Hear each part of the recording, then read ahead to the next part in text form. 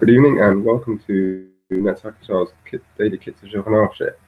Today we will be doing two portions because one was missed out early this week. We will continue with Siman Yud Base, which is Hachnos Tzedakah for Tefillah, praying personal Tefillah, and Makom Shoroi Lispala, and places where it's appropriate to daven. And we will continue with Sif Yud. Yesh Adam Nikbalo Beis HaKnesses, a Beis HaMedrash Sheis Pala Shom Bikabios. A person should try and fix for himself a shul or Beis HaMedrash where he always davens there whenever possible. And also he should prepare for himself a specific place within that shul or Beis HaMedrash in order to daven. And it doesn't mean a specific place, exactly the same place, but anywhere within 4 amos of 1 point, that's considered like one place. But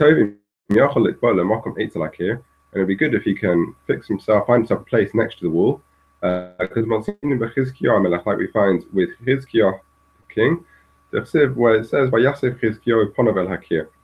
It says Chizkiah turns his face to the wall when he needs daven, so therefore we see that they're davening next to the wall. Now when he's davening, he shouldn't stand or sit during davening next to a Rasha, someone a Rasha.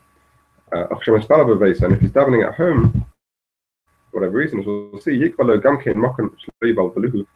should also fix himself a place in order that the people of his house shouldn't disturb him during davening, shouldn't confuse him. He should have a fixed place and they know to leave him alone in that place. Sif Yud It's a mitzvah to run when he's going to shul or to Beis HaMedrash or any other mitzvah. As it says in the pasuk, near to follow das Hashem, because run or chase to know Hashem. Or it says in another pasuk, derech mitzvah or I will run on the way to your mitzvahs. And therefore, therefore, even on Shabbos, it's permissible to run for a mitzvah. But inside the shul or in the Beis HaMedrash, it's not allowed to run.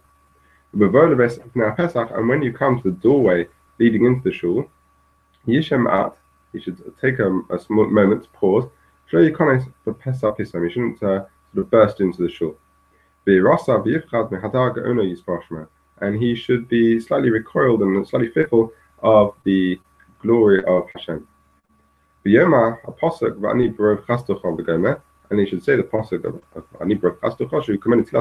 which is like asking for permission from Hashem to come into the shul.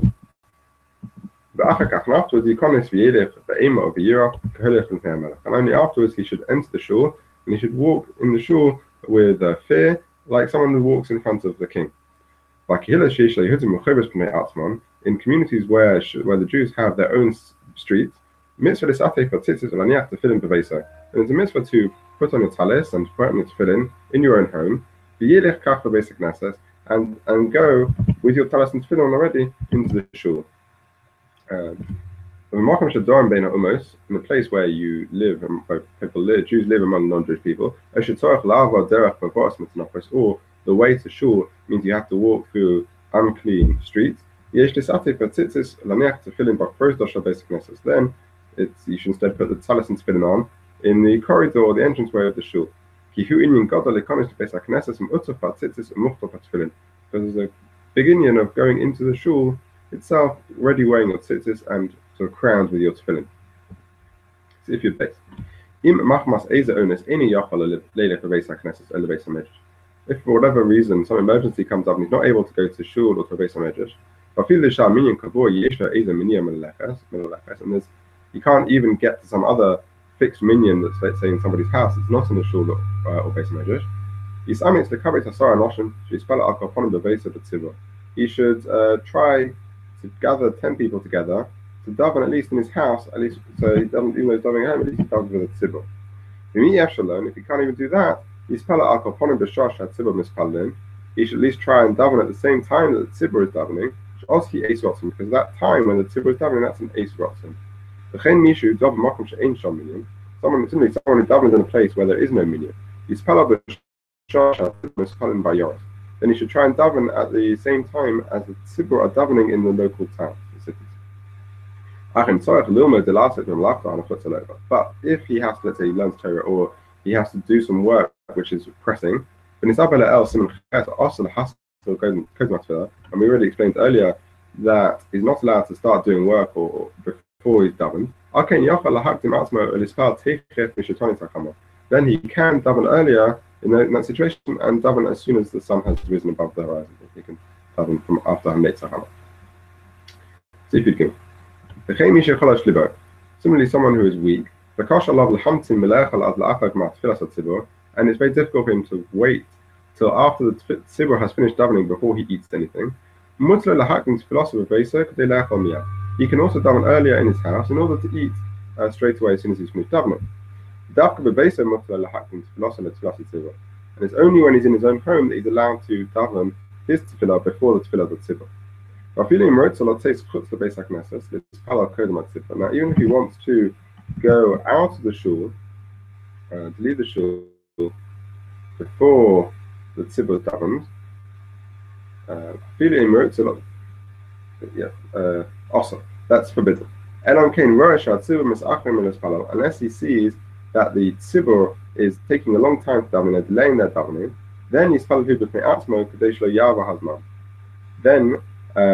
he can leave the shul to daven earlier, only because he's concerned that if he waits to the tzibur davening, he will end up davening after Siman tefillah.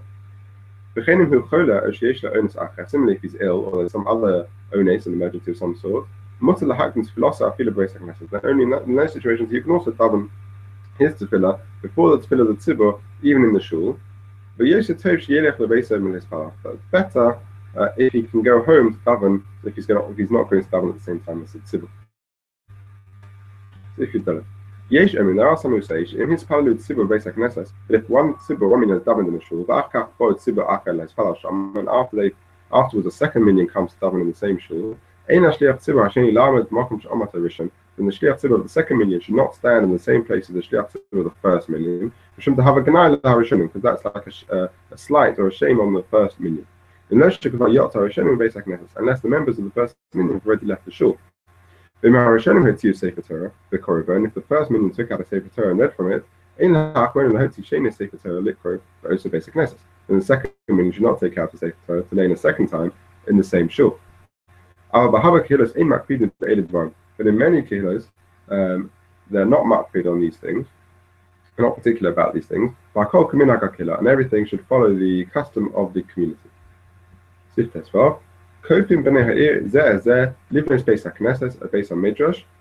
members of a city, so a community in a city, can force each other to contribute towards the building of a shul or the Beis Medrash, and also to purchase sforim to learn from them. And in a place where there isn't a minion every day, a permanent minion, they can force each other through the imposition of fines in order that they should all come to the minion, to make sure there's a minion every day. In order that they should not be this permanent minion should not fall apart. And even those who learn all day, and if they had to come to the minion, they wouldn't have to cancel their learning. They can still force them to come to contact with the minion.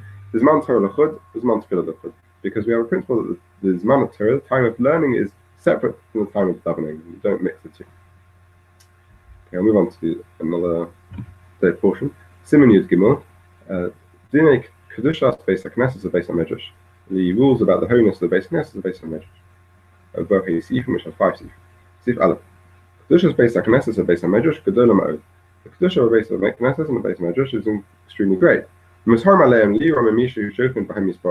we are warned to fear Hashem, who Shechina dwells in those places. But the Ksiva says in the Apostle, you should fear my holy places.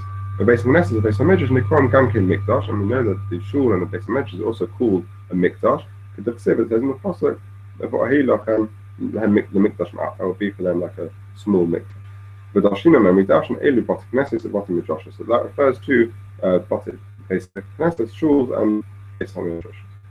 Okay, and therefore also the Dabba Bahem Dvar Mitzvah, when you should not speak idle chatter in these places. But in Machashvin Bahem Cheshbonis El Hashem Mitzvah, and you can only do calculations that relate to mitzvahs in the shul. You go and Kupashal Tzedakah for them, like things related to Tzedakah, for example. But now again, Bahem covered and we treat them with respect, to make sure they're clean, and we also light candles in them to make sure they're bright and they're as a sign of honor. And you should not kiss young children in the shul. Not appropriate to show signs of love there except for the love you have of Hashem. Before you go into shul, you should clean the mud from on your shoes. And you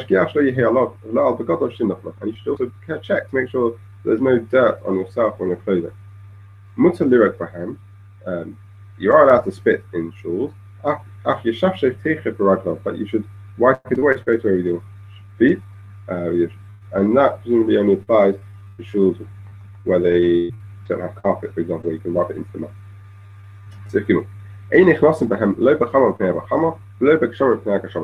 You can't use the shul as a shelter, so you can't go into the shul during the summer to get out of the sun, or in the winter to get out of the rain.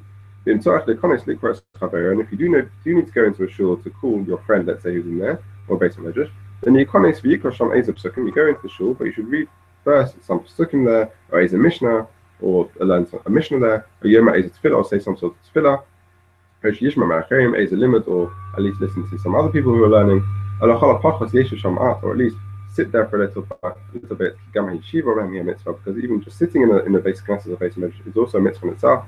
And then only afterwards should you call your friend out, so you don't use you're making some appropriate use of the basic mitzvah. You're not allowed to eat or drink in a shul or basic Medrash, or even to sleep, a small nap in those places, in a shul or basic Medrash. But if it's for mitzvah, for example, if it's on the night of Yom Kippur, and if it's a mitzvah, then you're allowed to sleep there. But you should try and distance yourself, go away from, not sleep right next to Arna Kodesh. Similarly, to eat there for a mitzvah purpose, for example, a sudah she'ein ba shichus le'kalas rosh, which has to be a sudah where there's no drunkenness, there's no light-heartedness, then that's okay as well. Similarly, people who learn fixed learning in a basic Knesset or basic Medrash, then they are allowed to eat there, and even allowed to sleep there, even a permanent sleep. They shouldn't have to cancel their learning more than necessary to go home and eat there. Okay? When you come to build a shul, you have to consult with the Talmid Chacham in what way you should build it in order that it should be constructed appropriately for a shul. Okay. Have a good evening.